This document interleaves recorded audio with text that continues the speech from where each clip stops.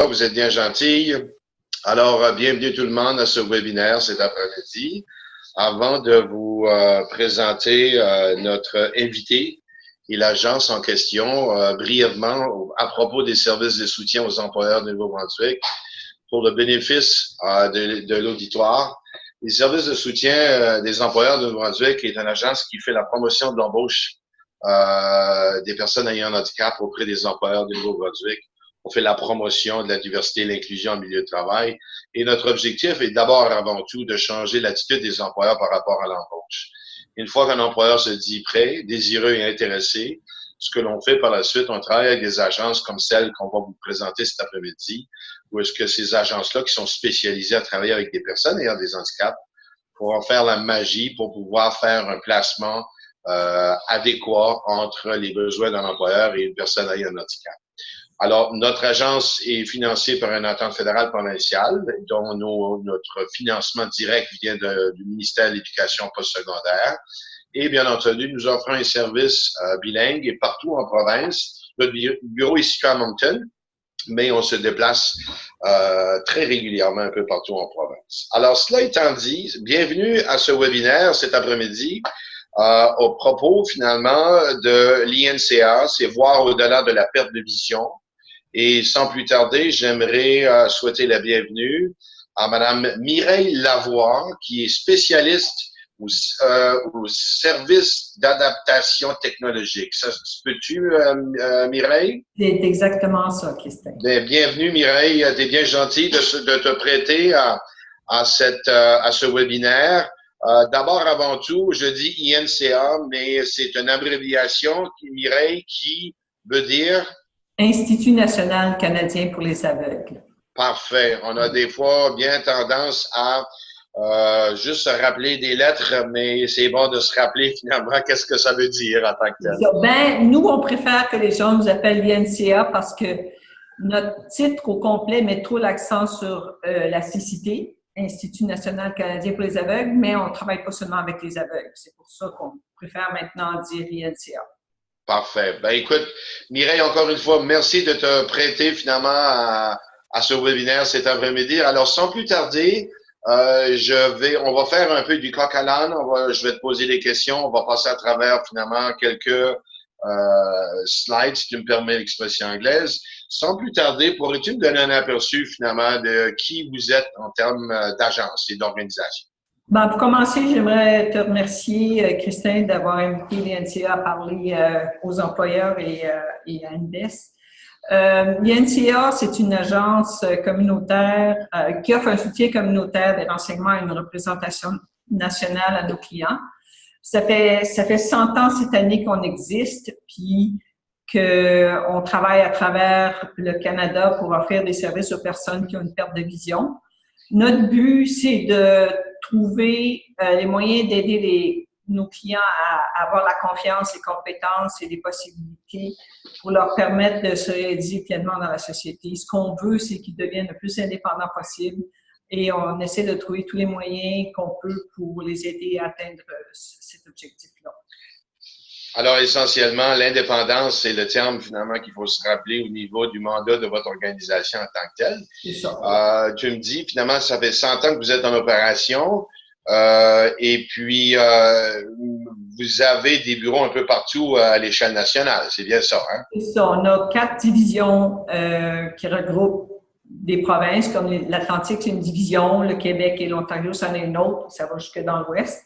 Okay. Et chaque province est indépendante, est jusqu'à un certain point indépendante. On a des directives qui viennent du Conseil d'administration nationale, mais on les applique à notre façon dans chacune des régions parce que les régions sont tellement différentes d'un endroit à l'autre que ça ne peut pas être une formule pour tout le monde. Tout à fait. Et c'est tout à fait véridique aussi. Il y a des disparités régionales et interprovinciales qui sont omniprésente et le fait de reconnaître ça, je pense que c'est tout à l'avantage du service qui peut être offert à votre clientèle. Oui. Cela étant dit, essentiellement, la mission, finalement, tu viens de la mentionner dans une certaine mesure, n'est-ce pas? Ça, oui. On peut en aller. Alors, mais toujours, encore une fois, à un moment donné, lorsqu'on parle d'autonomie, c'est là qui va être la beauté du webinaire et de la discussion. toute la présentation va tourner autour de l'autonomie. Et pour l'auditoire, j'aimerais qu'ils prennent en considération que chaque service, chaque programme et chaque élément que vous faites, c'est toujours justement dans le but de autonomie en tant que tel. Exactement. Alors, en d'autres mots, finalement, vous faites quoi en tant que tel comme différentes initiatives? On offre des services de la collectivité, on offre des outils, de la formation pour aider les personnes à vivre et à se déplacer de façon indépendante dans leur communauté, à la maison, au travail, à l'épicerie, partout.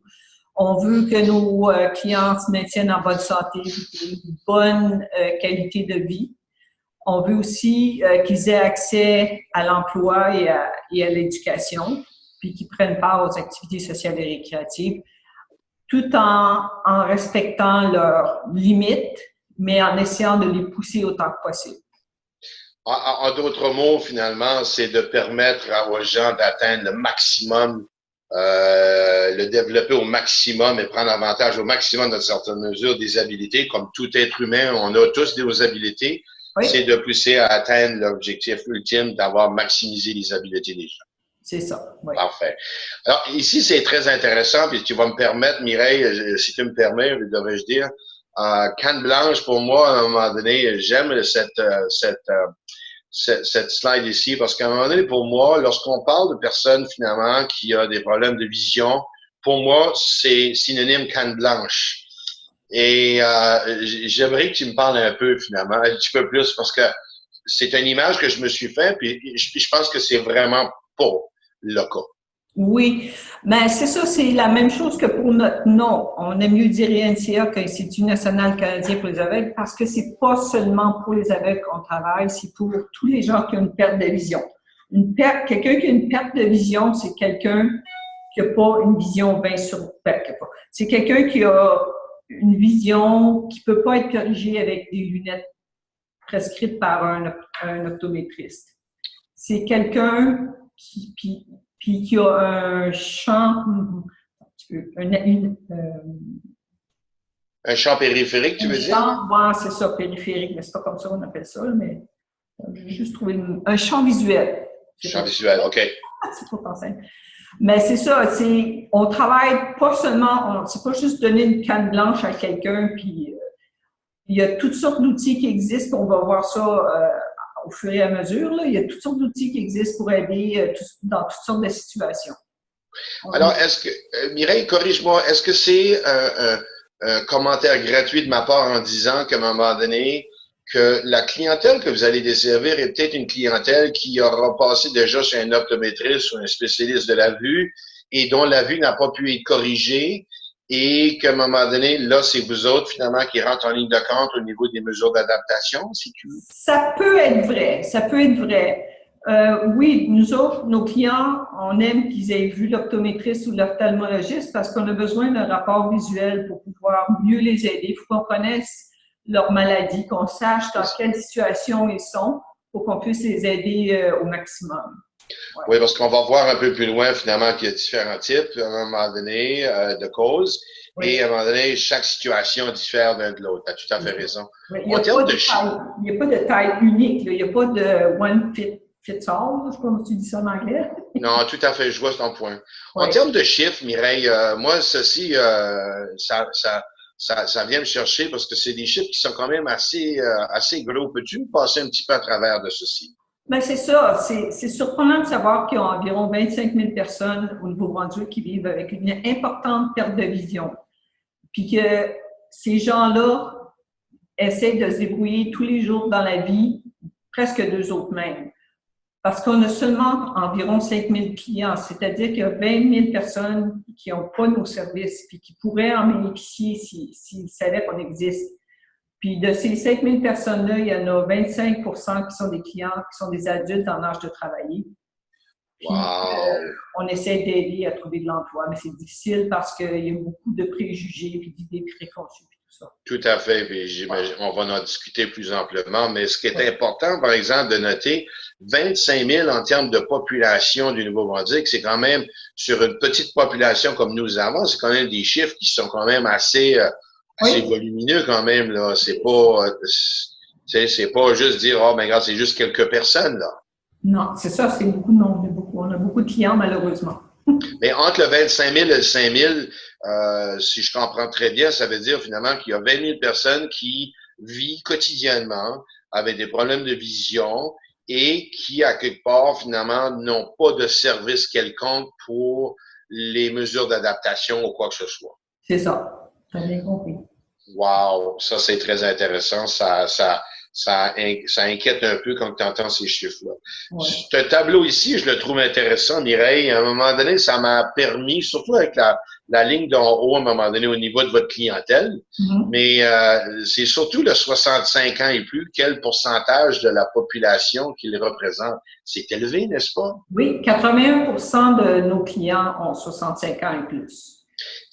Est-ce que ça confirme à un moment donné ce qu'on dit toujours que avec une population qui vieillit, qui continue à vieillir, que le pourcentage de personnes ayant des handicaps ou ayant certains défis à un moment donné, il augmente. Et ça, c'est la plus belle exemple. Là. Ça confirme ce qu'on dit toujours. Exactement, oui. C'est Okay. oui. Très intéressant, ça. Parlons maintenant de certaines maladies oculaires courantes, juste pour donner une perspective à l'auditoire cet après-midi. Ouais. Pas une question de savoir comment les diagnostiquer, mais brièvement avoir une idée finalement au global de ce que les gens peuvent avoir à vivre avec. OK. Les cataractes, c'est une maladie qui se développe à l'intérieur de la lentille de l'œil, le cristallin. Avec l'âge, le cristallin durcit naturellement et peut s'opatifier, ça veut dire qu'il peut devenir moins transparent. Un cristallin embrouillé empêche la lumière d'atteindre la rétine et nuit à la vision. La personne qui a ça a alors l'impression de regarder à travers un pare-brise embrouillé. Ah. Ouais. Le glaucome, c'est une maladie qui engendre une détérioration du nerf optique. Puis dans la plupart des cas, c'est causé par une pression trop élevée à l'intérieur de l'œil. Mais des personnes qui ont une pression intraoculaire normale peuvent à l'occasion être atteintes, même si ça peut quand même, certaines personnes peuvent quand même avoir une pression intraoculaire normale, mais ils peuvent quand même avoir le glaucome. OK. Puis le glaucome, ce que ça fait, c'est que ça entraîne une vision tubulaire, puis une diminution de la vision nocturne et, dans les cas les plus évolués, une vision centrale floue. Wow. La rétinopathie diabétique, ça, c'est une maladie que les personnes atteintes de diabète de type 1 ou de type 2 sont susceptibles d'avoir. Ça se peut qu'ils développent ça. Wow. Cette maladie-là entraîne une diminution de la vision, une sensibilité à l'éblouissement et une diminution de la vision nocturne. Puis la dégénérescence maculaire liée à l'âge, c'est surtout une maladie que les personnes âgées ont. Ça endommage la macula, qui est une partie centrale de la rétine qui est responsable de la vision des détails, comme quand on fait de la lecture ou on regarde un visage de proche. Là. OK. On ne va pas dans le centre, ça fait qu'on ne peut pas voir les détails. Puis les personnes atteintes de cette maladie-là conservent une vision périphérique et ne perdent presque jamais la vue complètement. Wow! Ouais. Mais Mireille, puis je sais que tu n'es pas une spécialiste au niveau des maladies. Par contre, je te poserai la question, moi, de mon information que je connais à un moment donné, je sais que j'ai plusieurs amis qui ont été pour une opération pour les cataractes, et à un moment donné que ça a amené un certain rétablissement de la vue et ces choses-là. Alors, pour moi, cataracte est synonyme que, bon, ça peut peut-être se rectifier, peut-être, probablement pas tout le temps, j'imagine, mais est-ce que les autres, le glaucome, la rétinopathie et la dégénérescence, de mémoire ou de connaissance, est-ce qu'il y a des chirurgies qui pourraient? Le glaucome, il y a je ne me rappelle pas comment ça s'appelle, c'est un long, très, très long nom, là. Il y a une intervention qui existe qui fait que ça enlève un peu de pression dans l'œil, mais il faut toujours surveiller ça. C'est avec ça peut, mais ça rétablit pas la vision. Ça fait juste arrêter un peu la progression de la maladie. OK. La rétinopathie diabétique, je m'en rappelle pas, malheureusement. La dégénérescence maculaire, ben, c'est une dégénérescence.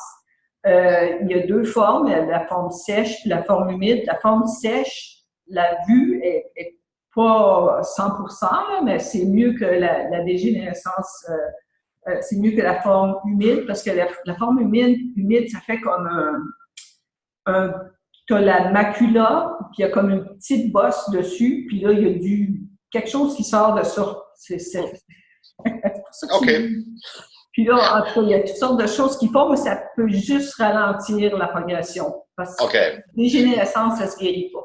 OK. Mais mon observation par rapport au cataracte, je me trompe pas nécessairement. C'est normalement, une chirurgie pourrait adresser, du moins en partie, la situation, non? Les gens qui ont des cataractes, quand c'est pris tôt, comme au bon moment, là, parce qu'il faut que ça mature avant de pouvoir être opéré, il faut que ça devienne une certaine opacité. Il y a des gens qui se font opérer au bon moment, puis leur vue ne redevient pas comme elle était avant, là, mais Ça stabilise. tu peux porter des lunettes après, puis t'es bon, là. Mais il y en a d'autres que ça marche pas. Il y a d'autres complications, il y en a peut-être qui ont un glaucome avec, d'autres affaires avec, puis là, des fois, ça marche pas. OK, parfait. Et ça, Mireille, ce sont des maladies normalement que tu peux avoir. J'imagine la dégénérescence, c'est pas certainement pas à la naissance, mais est-ce que c'est des choses de manière que tu peux avoir étant tout jeune ou ça peut arriver à n'importe quel temps de ta vie là? Des quatre, c'est la rétinopathie diabétique qui pourrait le plus arriver à n'importe quel âge, parce que les gens peuvent avoir la diabète type 1 ou type 2. Type 1, je pense que c'est les jeunes qui ont ça, mais c'est de moins en moins vrai parce que notre mode de vie aujourd'hui, les gens mangent n'importe quoi à n'importe quel âge. Puis, ça développe le type 2 de plus en plus jeune. Avant, OK. c'était comme 40 ans et plus, mais maintenant, c'est de plus en plus jeune. Ça fait que la rétinopathie diabétique peut survenir plus jeune que les autres. Et sais-tu quoi? Je suis pas surpris de ce que tu mentionnes avec la malbouffe.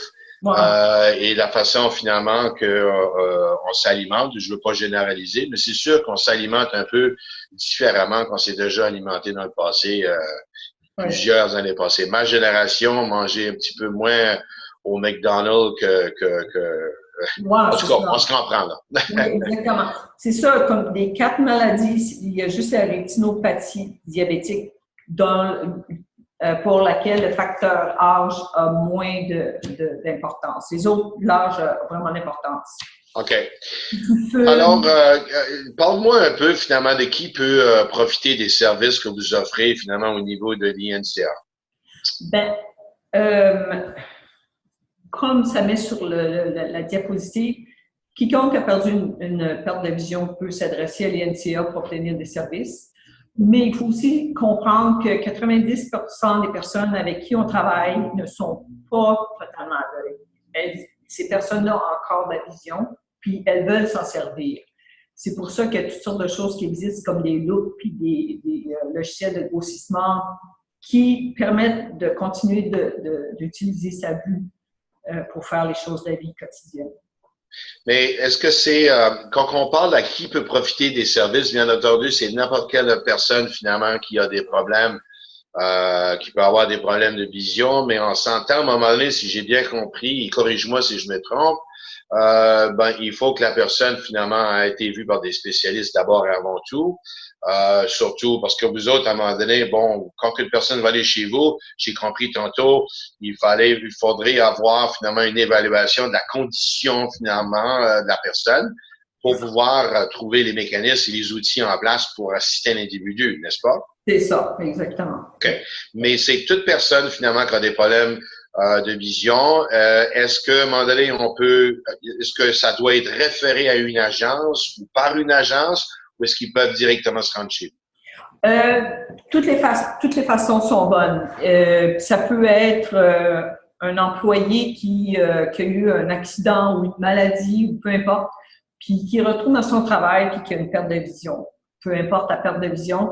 là, la personne se rend compte qu'elle ne peut plus utiliser son ordinateur comme avant, par exemple. Elle en parle avec son employeur, puis là, ces gens-là commencent à chercher une solution au problème, mais ils peuvent nous contacter, puis on peut essayer de les aider. Ça peut être un étudiant à l'école qui a une perte de vision, puis ça peut être n'importe qui, ça peut être ta mère, ta cousine, n'importe qui. Mais la beauté, par exemple, c'est la simplicité de pouvoir rentrer en contact avec vous à un moment donné, à titre pour avoir des services. Alors, c'est pas compliqué, c'est dans l'élément la plus simple.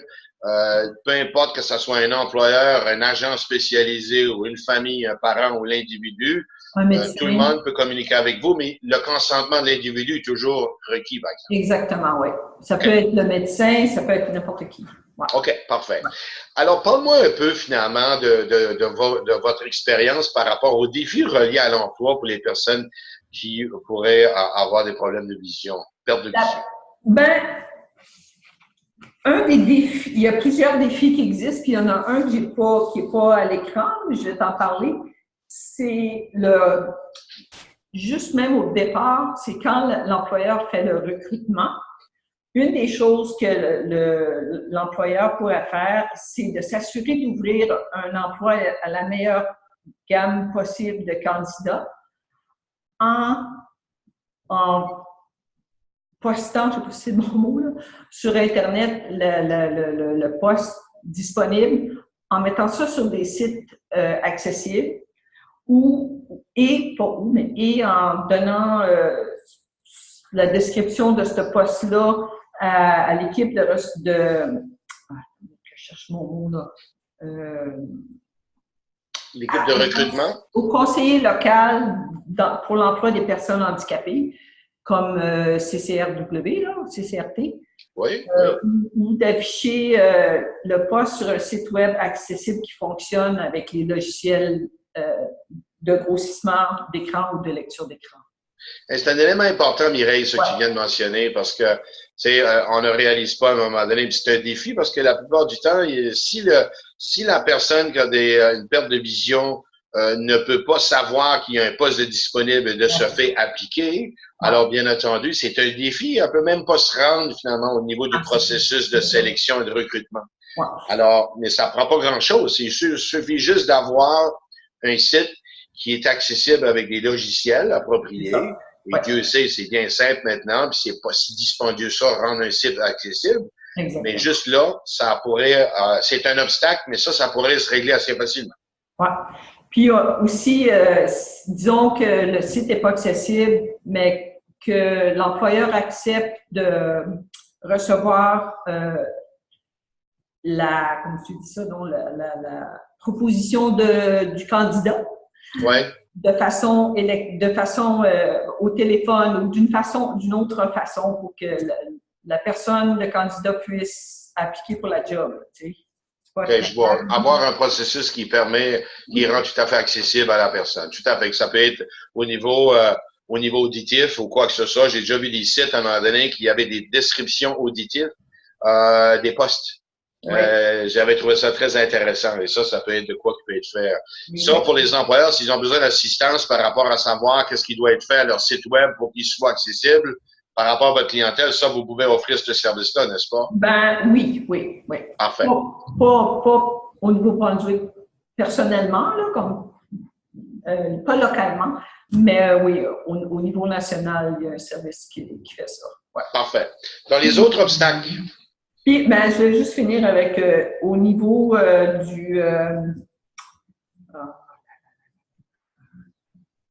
l'entrevue, on peut demander si la personne a besoin de quelque chose de spécial pour faire l'entrevue, pour être sûr que la personne a tout ce qu'il lui faut pour être sur le même pied d'égalité que les autres candidats. En d'autres mots, Mireille, de ne pas hésiter comme employeur de demander si le candidat a besoin des accommodements. Exactement.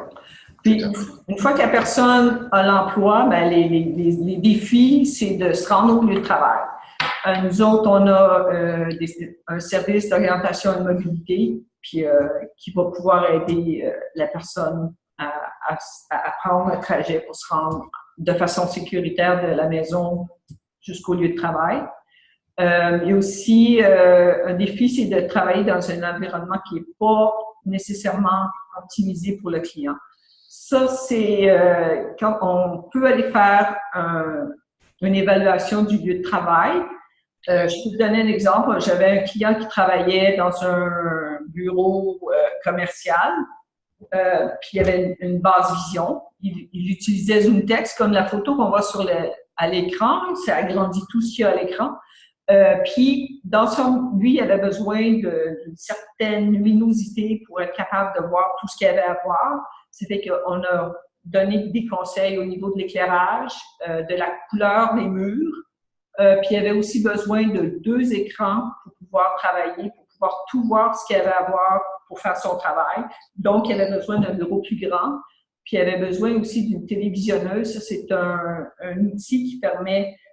Ça ressemble un peu à un écran d'ordinateur, mais il y a une caméra dessous, puis une petite table, un petit plateau sur lequel on met ce qu'on veut voir. Ça peut être des documents, des livres, des photos. Si tu veux faire tes ongles, n'importe quoi, tu mets ça sous la caméra, puis c'est agrandi sur l'écran devant toi. C'est ça. L'agrandissement va de 2 à 40 fois plus grand. Wow! Ouais.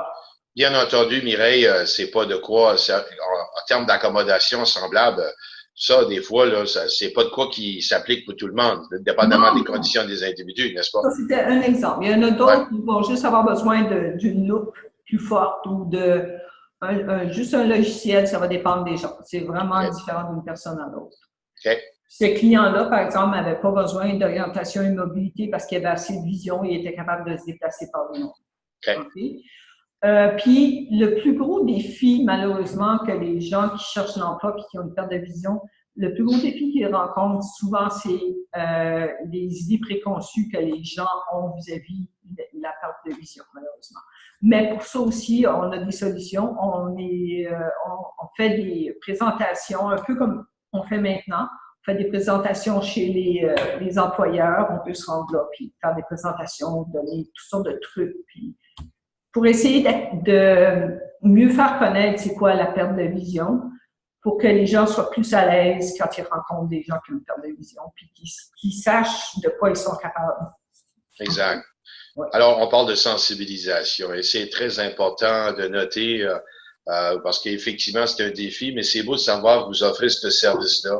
Parce qu'il faut toujours, à toutes les fois que nous, on rencontre notre agence, on rencontre des employeurs, on dit toujours aux employeurs que les personnes ayant un handicap, ce sont des personnes d'abord avant tout, avec des habiletés, avec des capacités au même titre que n'importe qui d'autre, qui peut être différentes, mais qui ont des capacités et des habiletés. Et c'est un peu la même chose, je comprends, vous autres, quand que l'employeur voit finalement des idées préconçues avec votre formation et la sensibilisation, vous permettez finalement de mettre à bas ces idées préconçues dans la mesure. Mireille, je te poserai la question, se rendre au milieu de travail, est-ce qu'on parle à un moment donné de permettre à une personne qui se déplace en canne blanche avec une canne de développer ou de bien maîtriser sa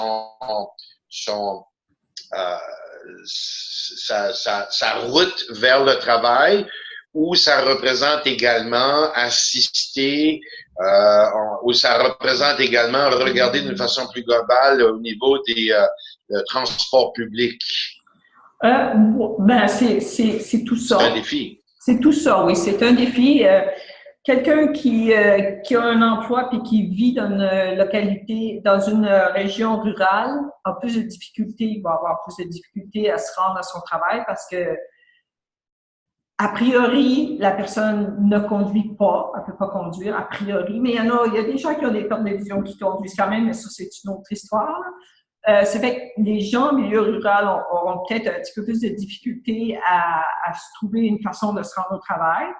Les gens qui vivent où il y a des transports en commun, c'est plus facile. Nous, on va aider la personne à déterminer c'est quoi le chemin le plus direct pour se rendre jusqu'au travail de la façon la plus sécuritaire possible. Et une fois rendu au travail, il y a la mobilité aussi. Non, excuse-moi, il y a l'orientation. C'est pour que la personne puisse aller de son bureau au bureau de son patron ou à la salle de bain. Exactement. Partout dehors. Mireille, c'est dit finalement qu'il y a des personnes finalement avec de perte de vision qui conduisent toujours, mais ce que je trouve beau à un moment donné, lorsque je vois la technologie et toute l'information qu'on peut recevoir avec les autos intelligentes qui existent présentement, en tout cas personnellement, je pense pas que la technologie est tout à fait appropriée pour que je rembarque dans un auto pour qu'elle conduise par soi-même, mais disons que c'est quand même la beauté de voir que dans un avenir rapproché, il y a des éléments ou des obstacles qui pourraient peut-être finalement, avec la technologie, c'est un très bel exemple ceci, là, mais les autos intelligentes, c'est une question de temps où est-ce qu'une personne qui a des problèmes de vision pourra par soi-même se déplacer pour se rendre au travail. C'est phénoménal quand même. Hein, extraordinaire. Parle-moi, Mireille, des différents programmes et services que vous offrez. Tu en as déjà parlé un peu, mais d'une façon globale, je vois que vous avez 6 programmes spécifiques. Oui. L'aiguillage, c'est quand on reçoit un nouveau client, on lui téléphone, puis on lui explique c'est quoi les services qu'on offre. Ensuite, dépendamment de ses besoins, on le dirige vers les services appropriés. Adaptation à la perte de vision, ça c'est du counseling. On a une employée qui fait ça, elle peut faire ça une personne à une personne, je ne sais pas comment on dit ça en français, one-on-one. Oui, c'est une base individuelle, OK. Individuelle, c'est simple, mais c'est ça, oui. De façon individuelle avec la personne en question ou en groupe. Puis là, les personnes qui se rencontrent, c'est toutes des personnes qui ont une perte de vision, puis qui peuvent discuter entre elles pour découvrir qu'ils ne sont pas seuls au monde, puis qu'il y a d'autres gens qui ont vécu la même chose, puis pour s'échanger des trucs comme comment faire à manger quand tu as une perte de vision, puis se donner des trucs, puis s'aider, puis se soutenir. La base vision, ça c'est la prochaine diapositive. Oui. Ça c'est, on donne des renseignements sur les maladies oculaires et sur la façon d'utiliser les loupes, la lumière, le contraste des couleurs pour tirer le meilleur parti possible de la vision résiduelle. Il y a des loupes, il y a toutes sortes de loupes qui existent, puis il y en a qui ont une lumière intégrée, ça fait que si la personne a besoin de plus de lumière, elle peut utiliser celle-là. Il y en a qu'on tient dans la main à une certaine distance du papier. Il y en a qui ont un support, puis tu n'as pas besoin de la lever. Tu fais juste glisser la loupe sur le papier. Puis c'est ça qu'il y a en bas sur la photo, c'est une télévisionneuse. C'est ça que j'expliquais tout à l'heure. Je vois. Puis là, c'est plus gros. Puis c'est ça, la spécialiste en basse vision vient sur le lieu du travail pour faire une évaluation de la lumière pour voir si ça correspond à ce que le client a besoin pour faire son travail. Puis les couleurs, puis tout ça. Extraordinaire. Okay. Extraordinaire. Ouais.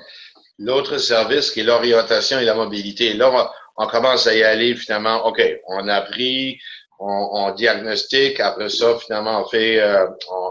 on permet aux gens de faire du counseling pour leur permettre finalement d'apprendre à accepter et vivre peut-être avec les problèmes qui sont confrontés à. Là, par la suite, on leur parle d'outils. Puis là, après ça, on parle d'orientation et mobilité. C'est comme une suite logique, on dirait. Ça dépend. Pas tout le monde qui a besoin de tout ça. Orientation et mobilité, c'est surtout les personnes qui sont aveugles parce qu'elles ont besoin d'une canne pour pouvoir se déplacer par elles-mêmes. Puis il y a des techniques à apprendre.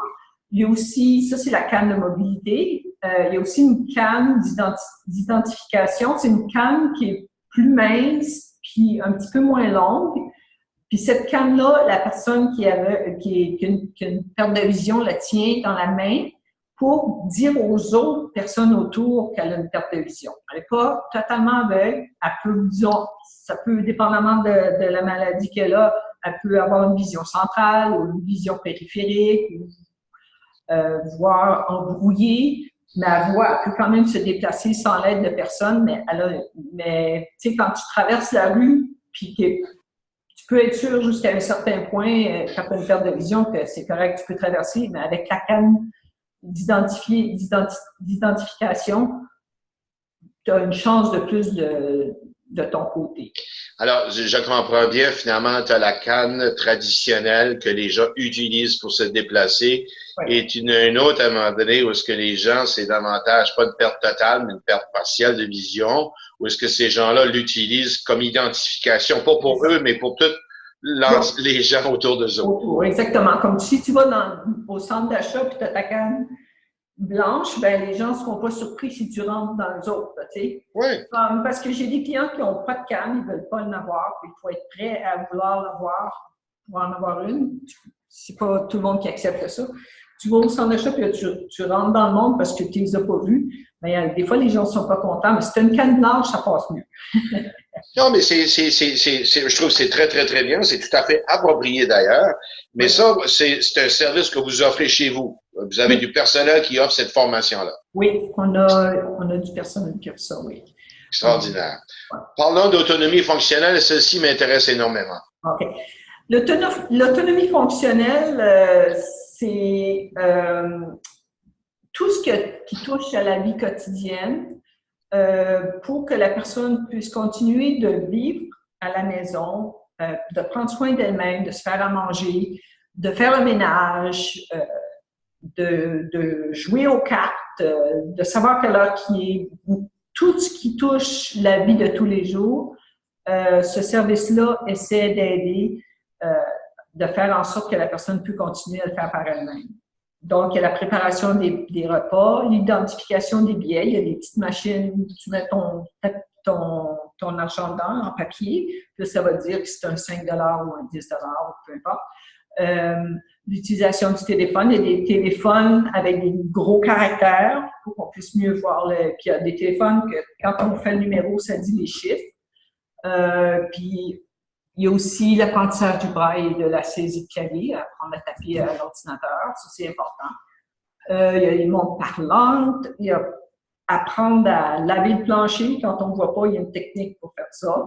Il y a toutes sortes de choses qui peuvent être faites. C'est ça, nous autres, nos services, c'est gratuit, puis les clients peuvent en profiter pour apprendre toutes sortes de choses qui vont les aider à continuer à vivre par eux autres.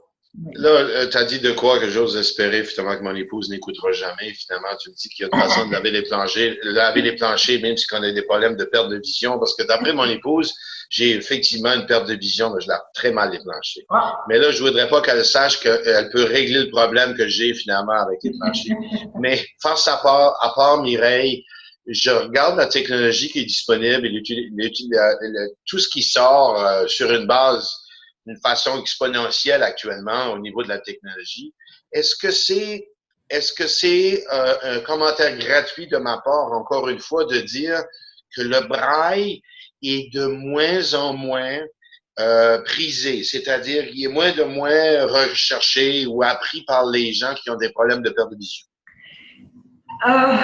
J'ai déjà entendu dire qu'en Amérique du Nord, 95% des gens utilisent la technologie informatique, puis 5% des gens utilisent le braille pour accéder à l'information, puis que c'était le contraire en Europe.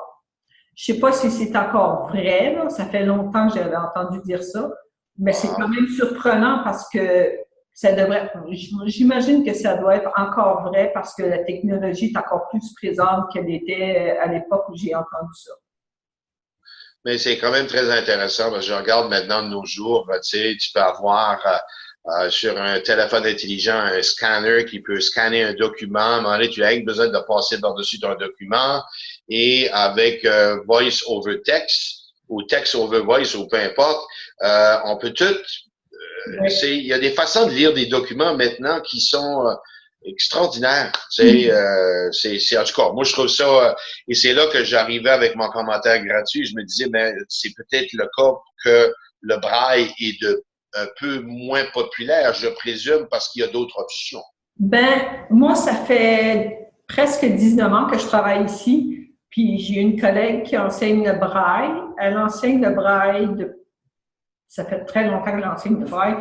puis elle a toujours eu 4 à 5 clients par année qui apprenaient le braille, puis c'est encore vrai aujourd'hui. Bon. Mais le braille, c'est les personnes qui sont aveugles qui l'apprennent. C'est pas les personnes qui ont une basse vision, normalement. Oui, non, je te suis. Ouais.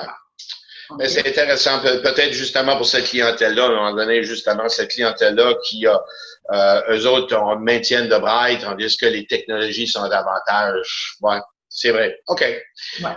Parlons de technologie, finalement. Allons-y. OK, c'est ça. Ça fait que il y a 2 genres de technologies pour utiliser un ordinateur. Il y a les programmes qui agrandissent tout ce qui est à l'écran. Il y en a un qui s'appelle ZoomText. Ce programme-là, non seulement il agrandit tout ce qui est à l'écran, mais il peut aussi changer les couleurs. Il peut lire ce qu'il y a à l'écran. Il peut mettre, il peut agrandir la souris, le pointeur de la souris, le curseur. Il y a toutes sortes de choses que ce logiciel-là peut faire pour aider la personne à utiliser un ordinateur. Okay. Puis c'est environ 700 $ ce programme-là. C'est possible. Avec un écran plus grand, c'est mieux. Puis l'autre sorte de programme qui existe, mais il y a d'autres choses aussi, mais je vais juste parler de ces 2-là. L'autre sorte de programme, c'est le lecteur d'écran. Il y en a plusieurs qui existent. Il y en a un qui s'appelle JAWS, ça veut dire Job Access with Speech. Ce programme-là lit tout ce qu'il y a à l'écran. L'ordinateur nous parle avec ce programme-là. L'ordinateur, si on veut sauver un document, ça va dire ce qu'il y a dans la boîte de dialogue du programme, qui va nous permettre de sauver le document. Mais le JAWS, corrige-moi, là, il va fonctionner par contre dans la mesure que, le JAWS va fonctionner dans la mesure finalement que le site ou la page en question finalement est accessible, right? Ouais. Okay. JAWS fonctionne avec tous les programmes de Microsoft Office. Quand ça vient à l'Internet, c'est sûr qu'il y a des pages, des sites web qui sont plus accessibles que d'autres. Ça dépend de la façon dont ils sont construits. Ouais. Okay. Ouais. Alors, puis, on parle de formation pour apprendre à utiliser les technologies adaptées, c'est-à-dire que avec tout ce qui est disponible, vous offrez spécifiquement de la formation pour l'individu qui va l'utiliser ou également pour l'entourage également, c'est-à-dire la famille ou même le milieu de travail? Ben normalement, la famille n'a pas besoin d'apprendre comment utiliser ça, mais oui, on donne la formation aux clients pour qu'ils apprennent à utiliser les logiciels de grossissement ou les lecteurs d'écran. Ouais. OK, parfait. Et celle-ci, moi, m'intéresse parce que on parle toujours finalement des téléphones intelligents et pour moi, les téléphones sont plus intelligents que moi, alors ça m'impressionne énormément. Je te laisse parler là-dessus. OK. Nous autres, à l'INCA, on privilégie l'utilisation du iPhone, des produits Apple, le iPhone, l'iPad puis le iPod, parce qu'on estime que les outils d'accessibilité sont mieux développés, pas mieux développés, mais sont meilleurs. Sont meilleurs. Ça fait que moi et mes collègues qui font de la technologie adaptée, on donne des formations pour que les gens puissent utiliser VoiceOver, qui est le logiciel, le lecteur d'écran qu'il y a dans les appareils Apple. Qui est intégré déjà. Oui, c'est ce que j'allais dire. On n'a pas besoin de les acheter, ils sont déjà là. Vous l'avez, si vous avez même les autres aussi maintenant, ils ont différents noms, mais ils ont tous des revues d'écran. Puis, on suggère aussi des applications pour que les personnes qui ont une perte de vision puissent, que ces personnes-là utilisent ces applications-là pour se déplacer, pour identifier les couleurs, pour numériser. Ce que tu disais tout à l'heure, il y a comme TapTapSee, ça c'est un logiciel, une application qui peut être téléchargée sur un téléphone Apple ou sur une tablette. Puis on scanne avec ça, puis là, ça nous dit qu'il y a puis il y en a qui sont développés, je n'ai mis 2, là, il y a Blind Square, ça c'est un GPS. On peut aller dehors avec notre téléphone, puis se promener, puis ça va dire, bon, à droite, tu as le Tim Hortons, un petit peu plus loin, c'est le bureau de ton médecin, tu peux mettre des repères, puis tu peux te déplacer par toi-même. Incroyable. De façon sécuritaire. Mais il y en développe.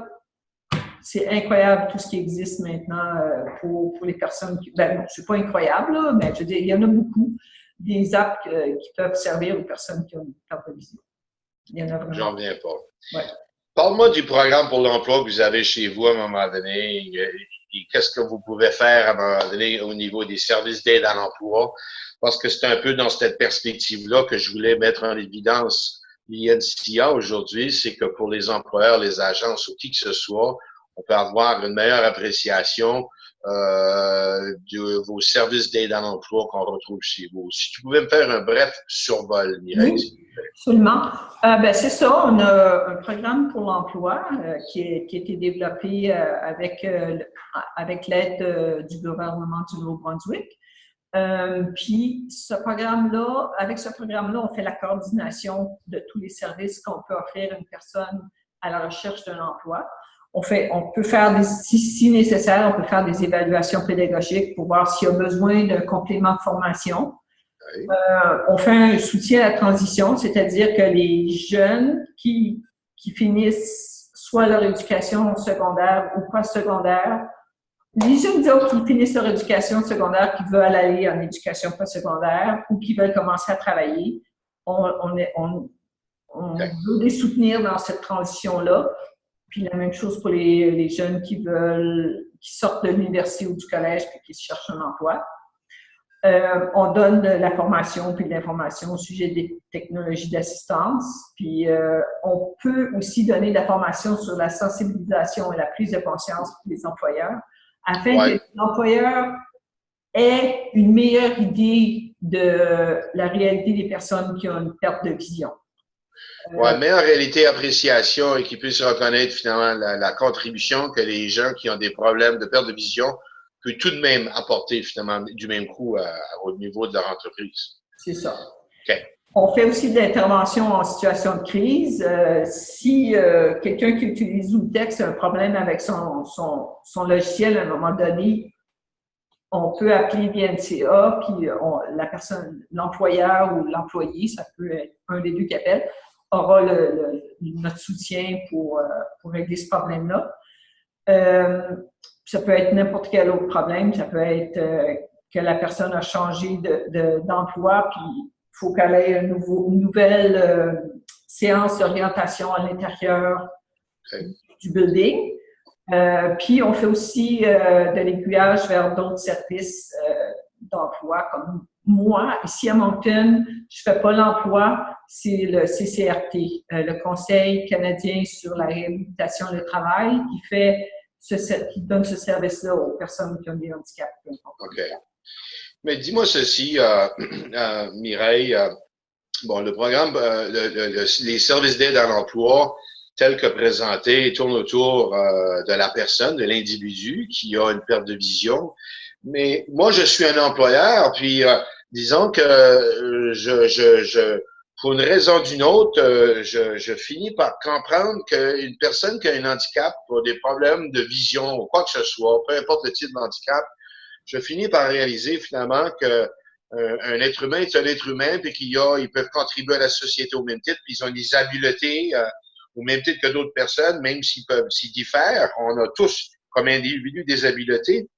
Alors, moi, comme employeur, demain matin, je prends conscience de l'apport et la contribution, finalement, d'une personne qui a une perte de vision, qu'est-ce qu'elle peut amener dans mon organisation. Mais moi, je cherche une personne, je sais pas, je vais dire un ingénieur, puis que ça donne que la personne a une perte de vision. Est-ce que moi, comme employeur, peux-tu vous rejoindre à un moment donné pour vous demander, écoutez, je cherche quelqu'un, voici ce que je cherche comme profil, pouvez-vous m'aider?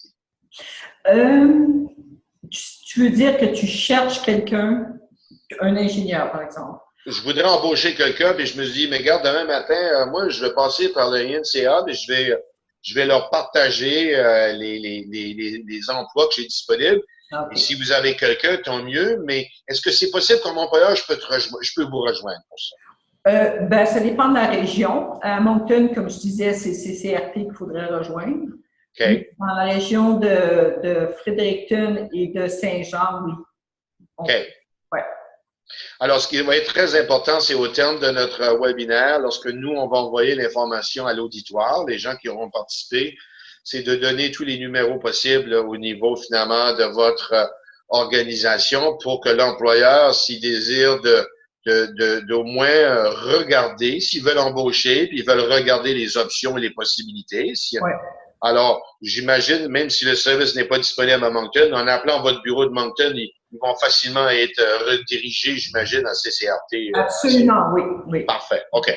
Oui. C'est ça que je voulais entendre. Okay. Ça, c'est très intéressant. Ce programme ici, Mireille, est-ce qu'il est disponible partout en province ou juste dans des régions particulières? Partout. Partout en province. Oui, oui. Et dis-moi ceci, ça coûte-tu pour le service qu'il y avait avant? Est-ce que ça coûte? Non, non. Nos services sont tous gratuits. Oui. Parfait. Musique à mes oreilles, merci bien. Parle-moi, le temps joue contre nous, parle-moi d'étiquettes de réunions et d'événements, parce que, vous savez, ça c'est juste une question, je voulais qu'on en discute, parce que c'est pour mettre l'auditoire en contexte que, c'est pas nécessairement compliqué, mais il y a des choses qu'il faudrait savoir, assez simples. Et si tu pouvais juste brièvement en glisser un mot. OK. Quand on rencontre une personne qui a une perte de vision pour la première fois, on attend que la personne nous tende la main. Si on veut lui serrer la main, on donne son nom, tout ça, on se présente, on dit bonjour, je m'appelle Mireille Lavoie. Puis on attend que la personne nous tende la main pour lui serrer la main. Puis lorsqu'on est dans une réunion, s'il y a des personnes, il faut présenter chaque personne par son nom puis indiquer où elle se trouve par rapport à la personne qui a une perte de vision. Si on est assis autour d'une table, il faut dire, bon, à ta droite, c'est Chantal, après ça, c'est Carole, après ça, c'est Pierre. Faire le tour de la table comme ça. OK. Faut décrire la pièce aussi pour que la personne se sente plus à l'aise. Il faut décrire la disposition de la pièce, sa forme, le nombre de tables et de chaises pour que la personne puisse décider à quel endroit elle veut s'asseoir, puis comment c'est disposé, puis s'il y a des choses sur les tables. Faut enlever les obstacles pour pas que la personne s'accroche dans les obstacles. Puis, il faut s'assurer que les portes faut s'assurer que les portes sont complètement ouvertes ou complètement fermées, parce qu'une porte presque ouverte ou presque fermée, c'est dangereux, on peut se frapper dedans.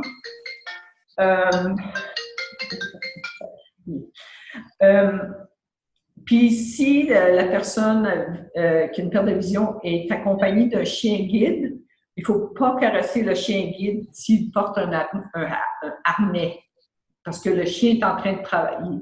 Si le chien ne porte pas de harnais, il faut demander la permission à son propriétaire pour pouvoir toucher le chien. Il ne faut pas assumer qu'on peut toucher le chien. Il faut demander la permission. Puis si le chien porte un harnais, on ne le touche pas. On ne le regarde pas, on ne le parle pas, on fait comme s'il n'était pas là.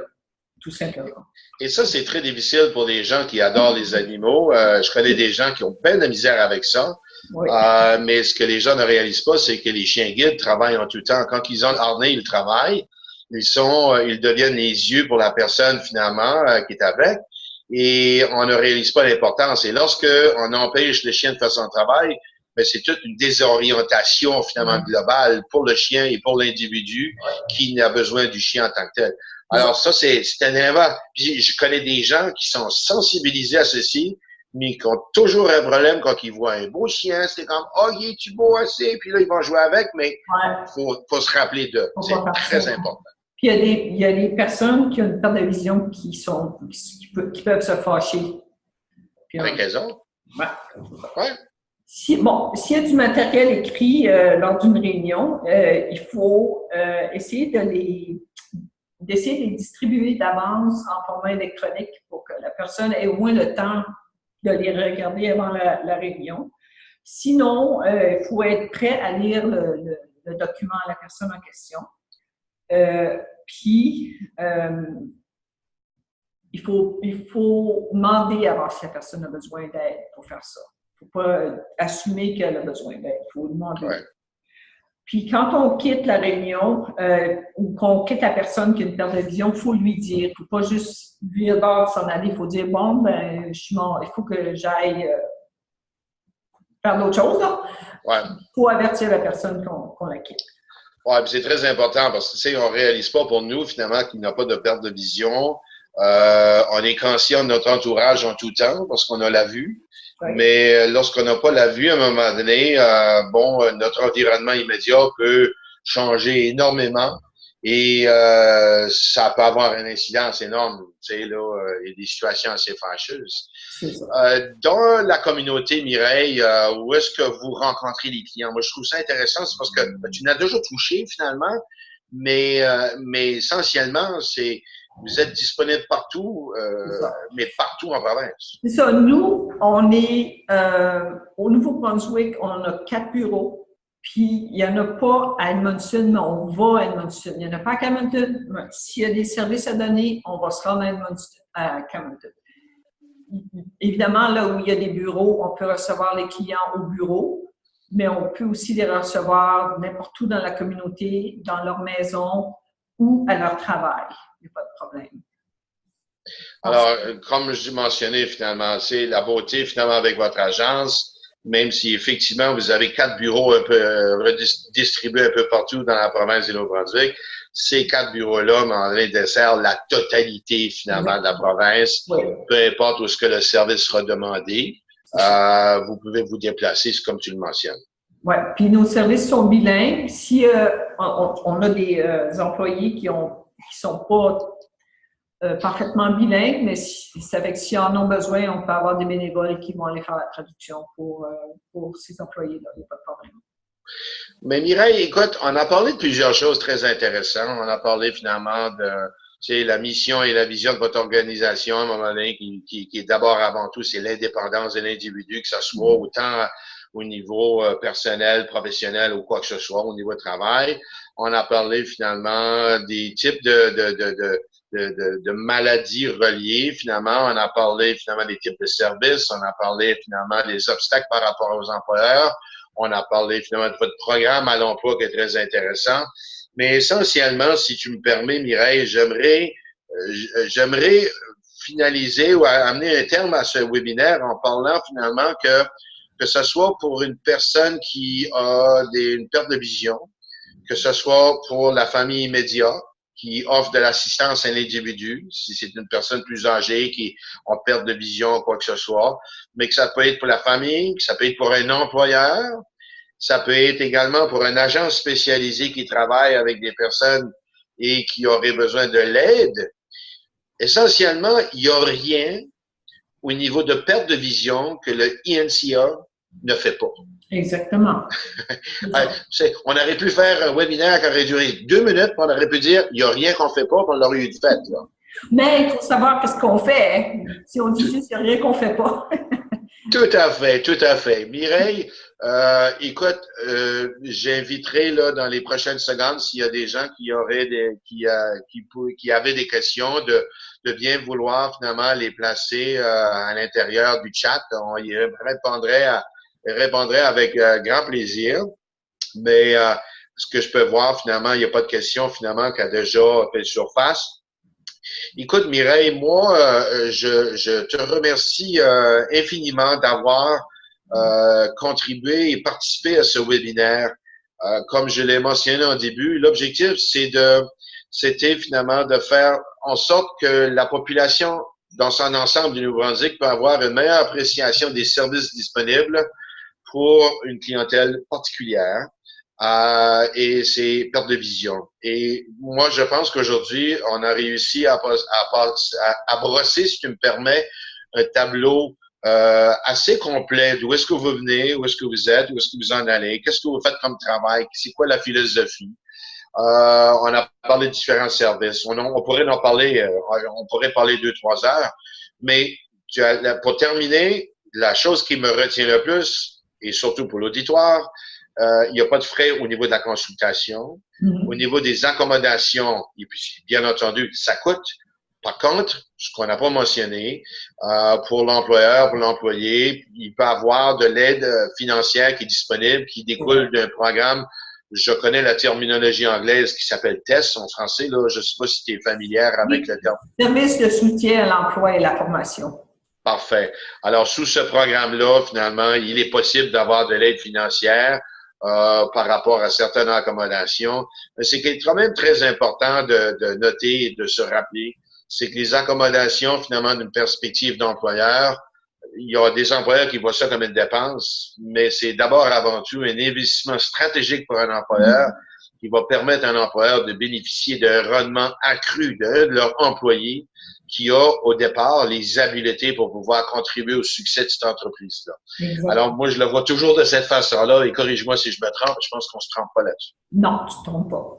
C'est bien ça. Mireille, sur ce, je vais te dire merci beaucoup. Ça m'a fait plaisir.